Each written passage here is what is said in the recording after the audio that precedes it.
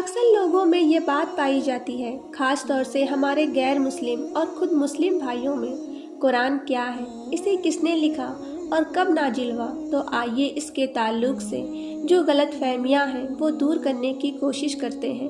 قرآن کب نازل ہوا؟ اللہ تبارک و تعالیٰ نے قرآن ہی میں فرمایا، رمضان وہ مہینہ ہے جس میں قرآن کو ہم نے نازل کیا۔ اب رمضان کے مہینے میں کب نازل ہوا، اس کے تعلق سے سورہ قدر میں اللہ نے فرمایا، ہم نے قرآن کو شب قدر میں نازل کیا۔ قرآن کس پر نازل ہوا؟ اللہ تبارک و تعالیٰ نے قرآن اپنے آخری نبی محمد صلی اللہ تعالیٰ علیہ وسلم پر نازل کیا۔ اس کے بارے میں بخاری کی روایت میں بے شمار قرآن سے متعلق احادیث آتی ہے۔ اللہ کے آخری نبی محمد صلی اللہ تعالیٰ علیہ وسلم کے بارے میں اللہ قرآن میں خود گواہی دیتا ہے کہ میرے نبی محمد صلی اللہ تعالیٰ علیہ وسلم اس کتاب کے نازل ہونے سے پہلے نہ کچھ پڑھ سکتے تھے اور نہ لکھ سکتے تھے۔ اگر انہیں پڑھنا لکھنا آتا تو کافر کہتے کہ نبی نے خود قرآن بنا لیا۔ تو یہ بات واضح تھی کہ نبی صلی اللہ تعالیٰ علیہ وسلم پڑھنا لکھنا نہیں جانتے تھے۔ انسائکلوپیڈیا اور بریٹینیکا بھی اس کی گواہی دیتی ہے کہ جتنی تاریخی حوالے ملتے ہیں اس میں یہی معلوم ہوتا ہے کہ نبی کریم صلی اللہ تعالیٰ علیہ وسلم کو پڑھنا لکھنا نہیں آتا تھا۔ قرآن کیسے نازل ہوا؟ اللہ کے نبی صلی اللہ تعالیٰ علیہ وسلم فرماتے ہیں، جبرائیل علیہ السلام کو اللہ تعالیٰ جب کبھی حکم دیتے تب جبرائیل قرآن کی آیاتیں لے کر میرے پاس آتے ہیں۔ آج اکثر ہم میں یہ غلط فہمی ہے کہ قرآن 30 پاروں میں نازل ہوا۔ یاد رکھو، پارہ کوئی چیز نہیں ہوتی کیونکہ عربی میں پا نہیں آتا، یہ اردو اور فارسی لفظ ہے۔ تو جو 114 سورہ ہے ان کو اللہ تعالیٰ نے 23 سال نبی صلی اللہ تعالیٰ علیہ وسلم کی حیات میں الگ الگ موقع پر تھوڑی تھوڑی آیاتیں کر کے نازل فرمایا۔ جبرائیل علیہ السلام آتے، آپ پر آیاتیں نازل کرتے، آپ کو یاد کرواتے، جس کے بارے میں قرآن میں ہی اللہ نے فرمایا، اے میرے نبی، اس کی تلاوت میں جلدی بازی سے اپنی زبان مت پھیریے، ہم آپ کو اس کی قرات کرائیں گے، اس کے معنی سمجھائیں گے اور اسے جمع کر کے آپ کو دے دیں گے۔ تو نبی کریم صلی اللہ تعالیٰ علیہ وسلم کو جبرائیل علیہ السلام کے ذریعے اللہ رب العزت قرآن کی آیاتیں سکھاتے ہیں۔ پھر ایک رمضان سے اگلے سال کے رمضان تک جتنا قرآن نبی صلی اللہ تعالیٰ علیہ وسلم پر نازل ہو جاتا، اتنا پورا حصہ جبرائیل علیہ السلام آپ سے بار بار سنتے تاکہ حفظ اچھا ہو جائے۔ قرآن کا جتنا حصہ جو نبی کریم صلی اللہ تعالیٰ علیہ وسلم پر نازل ہوتا اتنا آپ صحابہ کو کہتے۔ صحابہ ان کے زمانے میں جو کچھ بھی لکھنے کے سادن ہوا کرتے تھے وہ ان پر یہ آیاتیں لکھ لیتے تھے، جیسے پتھر پر، کھجور کے درختوں کے پتے پر، جس طرح بھی لکھ سکتے تھے وہ لکھ لیتے تھے اور اپنے گھروں میں محفوظ رکھ دیتے تھے۔ اس طرح الگ الگ موقعوں پر قرآن نازل ہوا۔ اللہ کے نبی صلی اللہ تعالیٰ علیہ وسلم کے اس دنیا سے رخصتی کے بعد حضرت ابو بکر صدیق رضی اللہ تعالیٰ عنہ مسلمانوں کے پہلے خلیفہ بنے۔ آپ کی خلافت میں مسلمہ کذاب نام کے ایک شخص نے نبوت کا دعویٰ کیا۔ حضرت ابو بکر صدیقی نے اس کذاب سے جہاد کیا۔ اس جنگ میں تقریباً 70 صحابہ شہید ہوئے جو حفاظ قرآن تھے، مطلب وہ صحابہ جن کے پاس نازل ہو چکی آیاتیں حفاظت میں تھی۔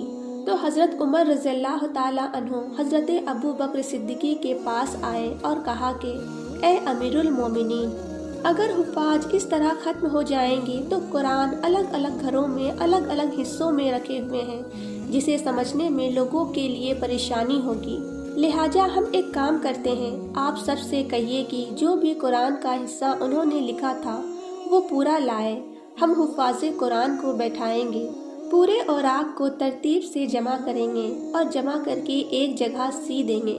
لہٰذا ویسے ہی کیا گیا، ایک نسخہ بنایا گیا تو پہلی مرتبہ قرآن نے کتاب کی شکل لی اور اس کو رکھا گیا امہات المومنین حضرت عائشہ کے گھر میں۔ پھر بعد میں جب عمر رضی اللہ تعالیٰ عنہ خلیفہ بنے تو اس نسخہ کو لایا گیا عمر رضی اللہ تعالیٰ عنہ کے گھر۔ اب بات کرتے ہیں قرآن کے کون سے نسخے جلائے گئے۔ حضرت عمر رضی اللہ تعالیٰ عنہ کی شہادت کے بعد حضرت عثمان رضی اللہ تعالیٰ عنہ کا دور خلافت آیا۔ عثمان رضی اللہ تعالیٰ عنہ کی خلافت میں اسلام عرب سے باہر بھی پھیل رہا تھا۔